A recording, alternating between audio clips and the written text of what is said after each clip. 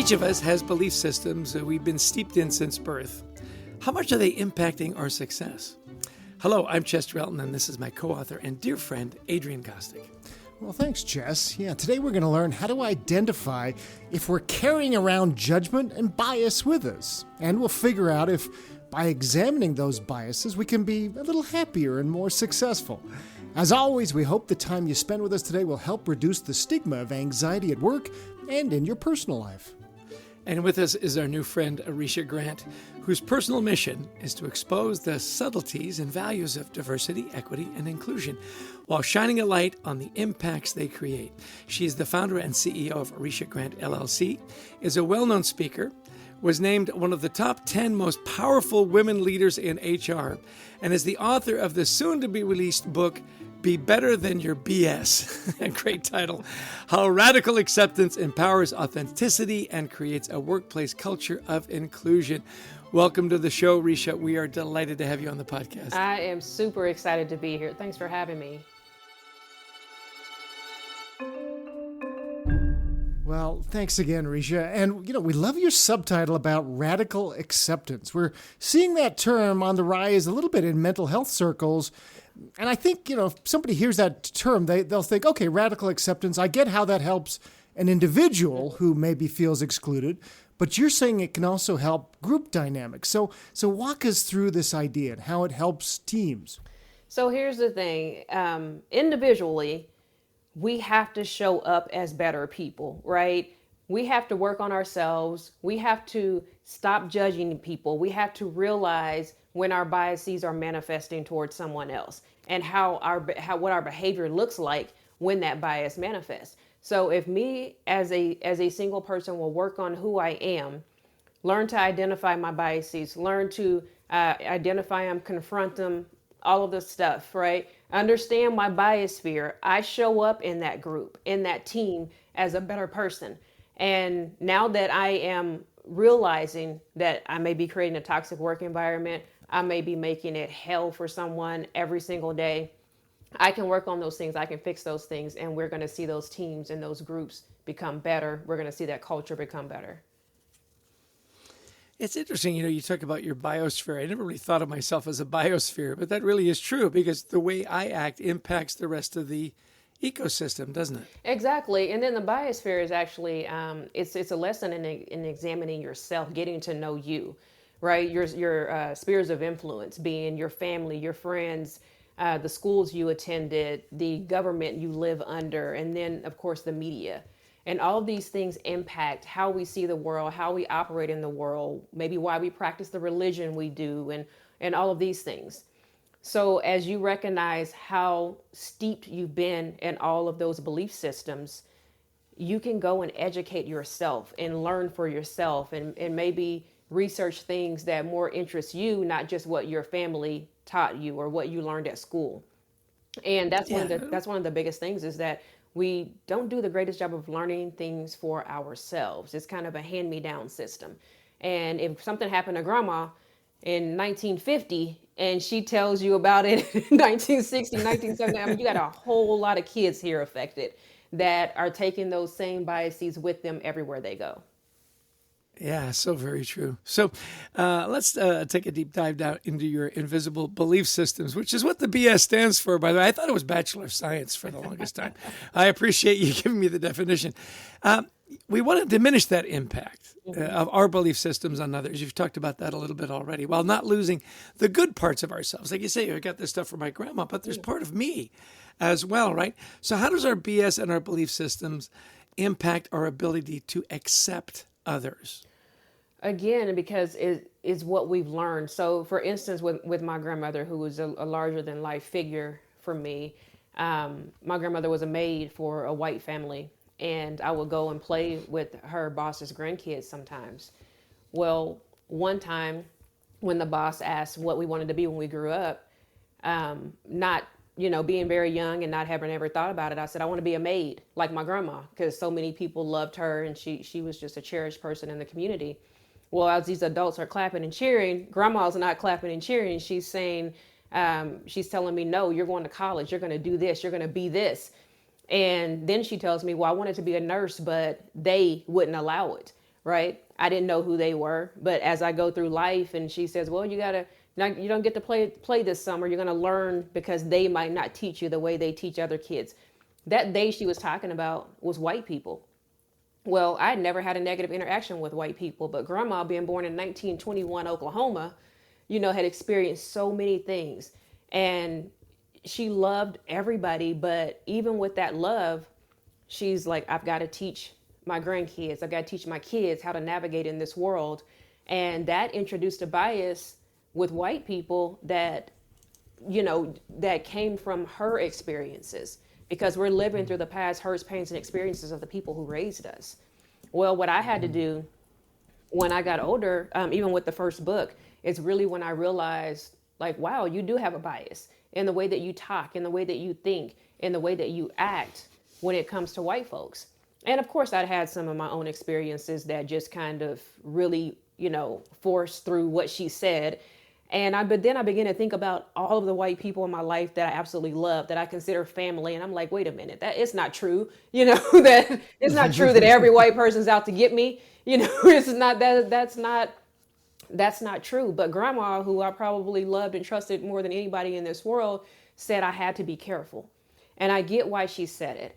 But we can't continue to treat every person like the one person who offended you. We've got to be better than that. We've got to teach our kids better than that. And that's how I believe that we're going to make the change. I believe that these big social transformations are just individual transformations at scale. And just to clarify for everybody, when you say bio, because, we don't have a little, closed captioning below us. When you say biosphere, it's not B-I-O, it's B-I-A-S, bias. Biosphere. Yeah, which I love. I love that term.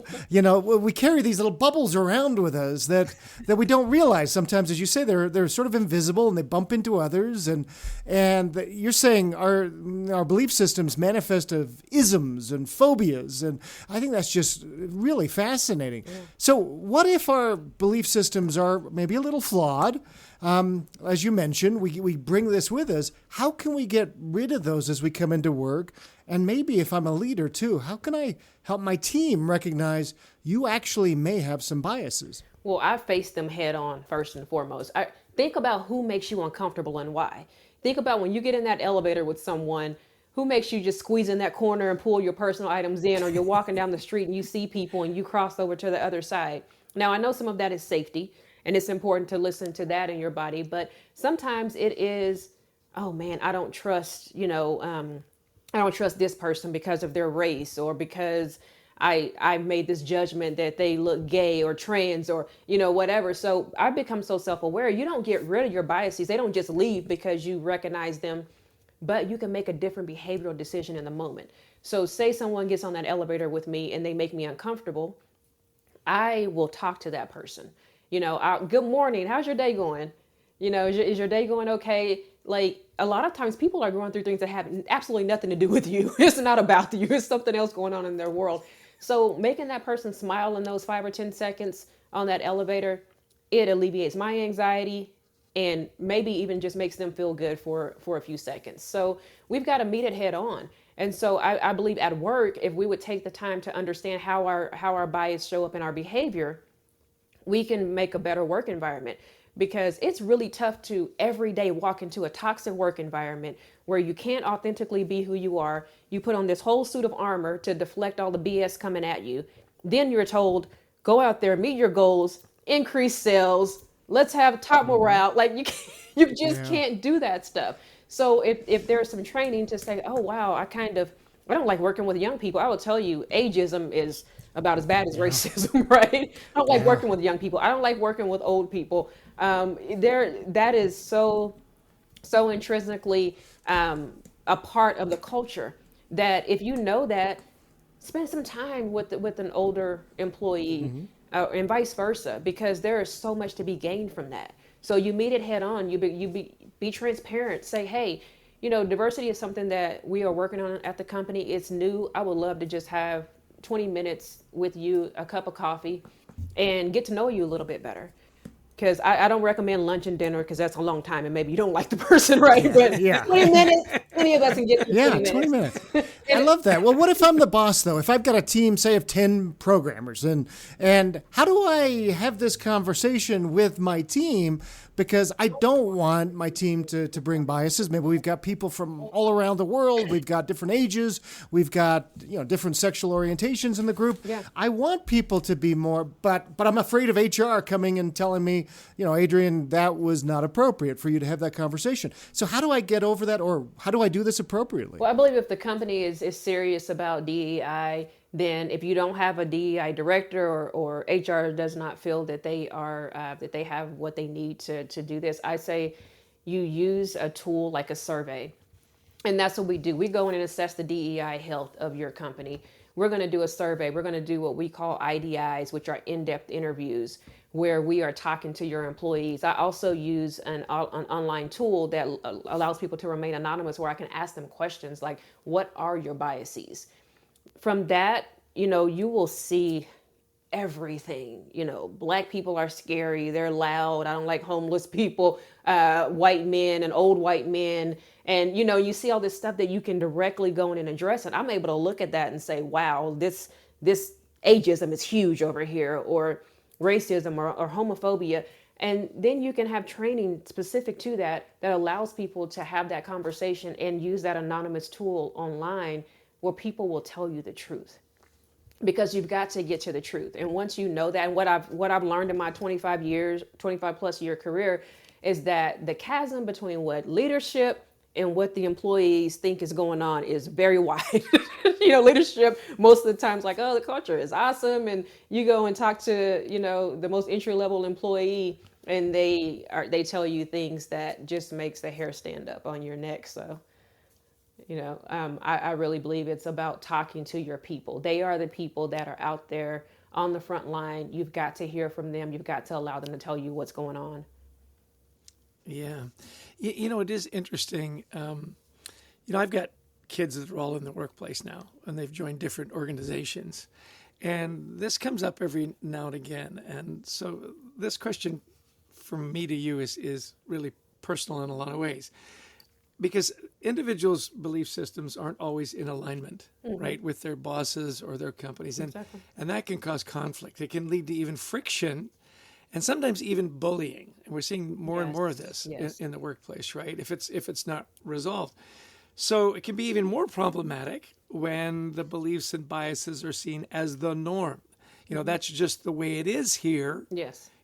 Suck it up and you change. So how can leaders stop and spot bullying and create an environment where everybody feels accepted? I know that's a big question. I'm really interested in what you have to say. It is. I think bullying, at the corporate level is as bad as it is on the playground, right? Again, it is about the transparency of your employees. It is about creating that environment. And the way you're going to do that is by knowing what the environment is, not knowing it on this level where you're just kind of overlooking everybody, but actually getting into the trenches and asking people what's going on, actually having policies in place that are going to allow people to report things and actually know that these incidents are being looked at. So an anti-retaliation policy, a belonging policy, a zero tolerance policy, things that let someone know, and include the employee handbook in that. What does that look like? Now, once I have all that information, I can go in and say, this has to stop. This bullying absolutely has to stop. When you have employees that are empowered to report things, to have conversation with each other, I even recommend listening circles where you can hear from employees what their experiences are. They don't have to say any names, but they can talk about things that are going on in the office. That gives you information. You can't do this if you don't know. But once you know, it's incumbent upon you to make sure that you are providing a safe work environment for everybody to come and do what they do well. And then you start to see this connected culture. But you have to, as a leader, you absolutely have to get in the trenches. You can't stay up here and look down and say, oh, that looks great. Because most of the time it's not that great. Because to your point, we have all of these people with all these different belief systems, all these different biospheres.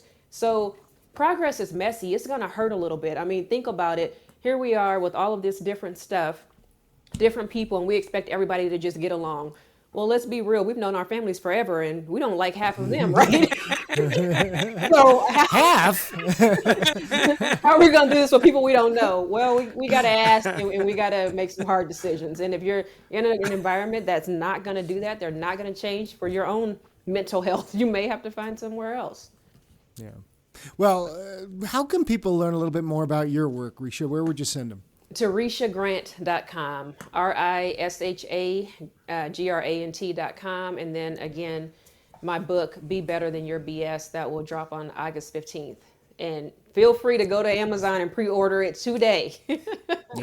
Yeah. Those pre-orders are huge Oh my for us gosh. authors. Yeah. So please, put in your order today. Hey, we've talked about the importance of DEI on generating innovative ideas before on the podcast, but you bring up the idea of groupthink and how it really can be a detriment to innovation, and why maybe positive diversity, equity, and inclusion is part of the solution to getting all voices to be heard. So a lot of our clients, they're trying to think of how we can be more innovative, and they may not be realizing what they're doing to really quash creativity. Mm-hmm. Yeah. Everybody, the reason you have all of these people, right, is that they bring something different to the table. And I think what happens a lot of times is we are looking for a cultural fit instead of a cultural addition. So we're interviewing people. We think, oh my gosh, this person is great. We run back to the company. We tell the team about how great this person is. 3 months in, the person starts to exert some of that greatness that is different from the culture that is currently in place. And you start to think it's a bad hire. Well, this person doesn't fit in. Well, maybe this person has some experience and some background that if you can not worry about how it goes against what you're saying, maybe it can change the tide a little bit. It can open up creative thinking. When we all think the same and we all are the same, I know why it works in the military, but when it comes to our offices, we want people to be able to think individually and creatively. And they can't do that if every single time they put something out there, it's just being right away somebody stomping on that idea. We need to build on some of those ideas. We need to brainstorm. I think groupthink works once we have the plan, but let's let everybody do what they need to do. I think even the environment.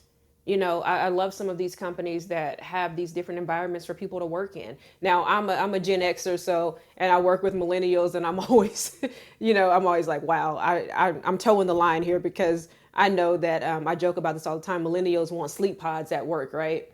Well, at Gen X, we went to the car and slept when we were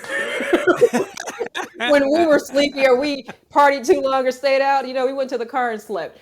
But there are so many different environments that people can thrive in. And so I think we have to be innovative ourselves. And I think when companies start being innovative and they stop being creative, they get stale and you see them begin to go away.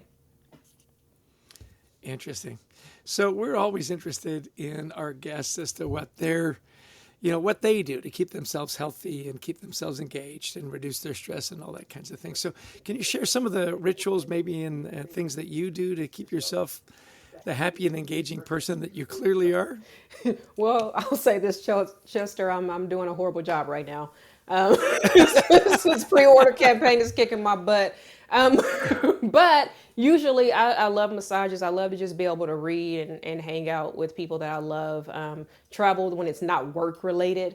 I just put a garden in.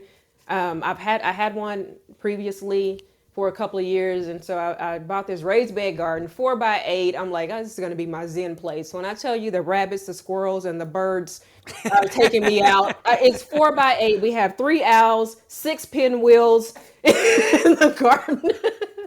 One of the owls' head moves around and eyes glow. I mean, it's like, yesterday there was a squirrel out there. We had to take out running the squirrels and rabbits. So it's not exactly the zen I thought it would be, but those are the things I like to do. I love it. Yeah, farming is hard. Yeah. Oh my gosh. Yeah. No kidding. You watch Little House on the Prairie and you think it's not a big deal, but man, I see why the crops are not coming in. It's wiping everybody out. Yeah. Oh, that's awesome. Hey, this has been a great conversation, Risha, and we've learned a lot from you. Now, if you had to summarize a couple of big takeaways for our listeners today from all your work on this latest book, what would you say? I want you to remember this. That you can be better than your BS, that your judgments against other people, your biases against other people, whether you think you're hiding them or not, you're not. People feel that stuff. They know that they cannot be who they are. They know they have to change in order for you to accept them. So think about that. Think about how you can make a different behavioral decision in that moment and do it. Great advice. Great advice. It is interesting, just in conclusion, I've been thinking as we've been talking about, you say your traditions from your grandma and your families and so on. I consider myself pretty lucky, actually. My tradition back there was very positive. My mom and dad were very accepting of everyone. And it was always interesting to me that my mom in particular, she was in the fashion industry. And so there were all kinds of colorful characters. And she'd say, there's always something really interesting and beautiful about everybody you meet. Find out what that is. I love that. And tell them. And tell them. I love it. She would be the one in the elevator where, a drag queen would come on and she'd go, I love your nails. Yeah. She would be the first one to step up. And so, I just wanted to put a little plug in from my mom. We just finished Mother's Day not too long ago that, that can be a really positive and acceptance part of your biosphere as well. Well, listen, Risha, this has been delightful. I wish we had more video on our podcast because your smile just lights up the room. She talked about pre-ordering her book. Absolutely do it. Her book is called Be Better Than Your BS, How Radical Acceptance Empowers Authenticity and Creates a Workplace Culture of Inclusion. Put it in your library. Buy 2 copies and give one to a friend for their anniversary, birthday, or bar mitzvah. We're a big fan on buying more than one book. With that said, thank you so much for your time. Thanks so much for your mission and what you're doing and how you're just making work more inviting and happier and a better place. We really thank you for your time. Thank both of you. This was fun.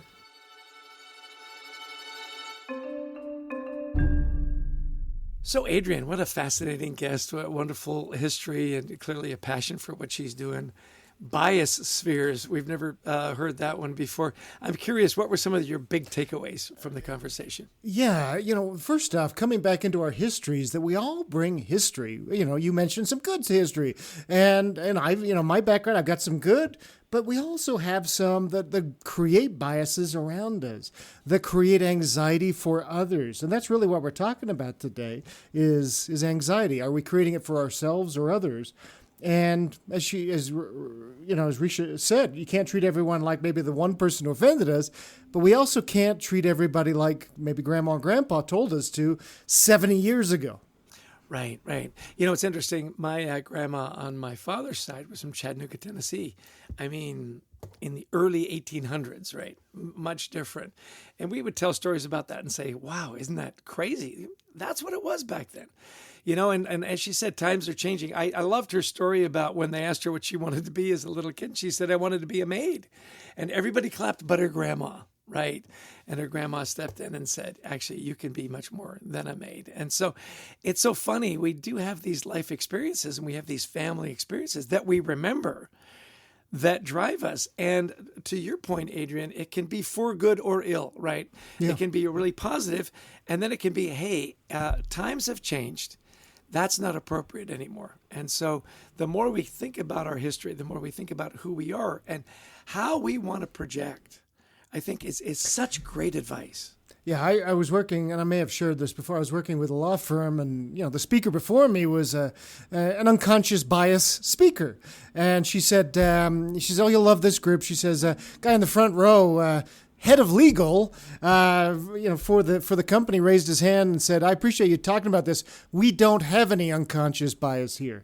And, right. And her point was, it's unconscious. And so I loved Risha's point of, okay, you're in an elevator, who do you slink to the other side? And for many of us, it's maybe not race, maybe it's, But is it age? Is it, too young, too old to work with somebody? Is it somebody who's gay or trans, or what is it that may make you go to the other side of the elevator? We really have to start addressing this because, as she said, people smell it on you, and you're putting off this vibe. Well, and I loved her solution to that. She says, what I do is I talk to them. Because, they may be giving off a negative vibe, and it's got nothing to do with you. They've got something horrible going on in their personal lives, and they come in angry. Who is it that makes you uncomfortable? Go talk to them. Yeah. It's such great advice. If you're uncomfortable about a certain group of people, for me, it's, New York Ranger hockey fans. Those guys really make me uncomfortable. And so it's funny, we were going to a playoff game, and this guy and his son came up, and we talked to him, and you know what? Even Ranger fans love their kids, is what I found out. So I loved her solution to that is don't go introspective and meditate about it. Go talk to them. Yeah. And, well, on this push, I want your take on this too, that she talked about, look, we look for culture fits. In fact, we help people do this, build a culture that attracts the right people, repels the wrong ones. Now, you're not looking for people who are going to be, if you have a culture of inclusion, that you want somebody who's going to be exclusionary. No, that's not what she's talking about. But you do want to bring people in that stretch you, that make you think in different ways. So any advice for our listeners today? How do you bring in culture fits who don't blow up the culture, but make it expand and create new things here? Yeah, I think that's a tough one, depending how big your team is. If you've got a 4-person team, can you really have, somebody representing every group set? You can't. The bigger the team, maybe the more opportunity. I think what you do is with teams is bring in advisors. I love teams that say, hey, let's bring somebody else in just for a meeting to give us a different perspective. Maybe it's somebody from legal, maybe it's somebody from the European office or the Asian office or so on. Invite guests in with a different perspective.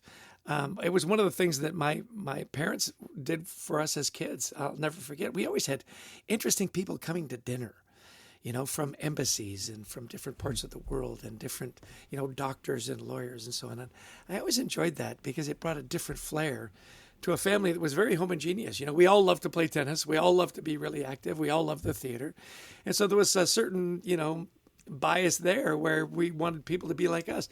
My parents were really good about inviting guests in from different walks of life. So I'd recommend that for your team. Bring in somebody from a different department or a different part of your organization. Hopefully that's helpful. That is great. This is such a good, important subject because we know I did for a large pharma company recently, I did a session on anxiety at work because, and especially it was for people who are in what we call marginalized groups. Because there's a very, very high level of anxiety, especially at work, with people who feel like others. And so we as leaders, as team members, we have to be very aware of anybody who might feel like an other. And that's what Risha's work does. And so, I really want to appreciate her coming in today and talking about that. It was some really, I think, insightful and important for us to address these biases. So, Chess, any last thoughts before we wrap up? Yeah, I loved her parting note. You can be better than your BS. And I think there's so many great interpretations of those two letters, that really you can be better than where you are now. You can be more open. You can be more inviting. You can be better than your BS. And speaking of that, we always like to end our podcast with moments of gratitude. We want to thank, Brent Klein, our wonderful producer that puts out our podcast with all the, corrections and music and all that great stuff. He makes us sound great. And Christy Lawrence, who helps find amazing guests like Risha. And you know what? To all of you who listened in, we know that your time is precious. And whether you listen to us on your walk or you're exercising or just that long drive in the car, we appreciate you tuning in. Also, look, if you like the podcast, please share it. We're hoping this is going to make a little better place at home and at work for people that are maybe dealing with a little anxiety and a little nervousness and so on. Love you to visit us at thecultureworks.com, where you can find all this good stuff about us and get some free resources for you and your team to create a culture that will thrive. And Adrian? Yeah, two other last things. Please pick up a copy of Anxiety at Work if you haven't already. It's a great resource, our new book from Harper Business. And we love speaking to audiences around the world, virtually or in person, on the topics of resilience, wellness, culture, teamwork. So give us a call. We'd love to talk to you about your event. And Chess, I'm going to give you the last word. Well, I'm going to steal your line. Take care and be well. See you next time.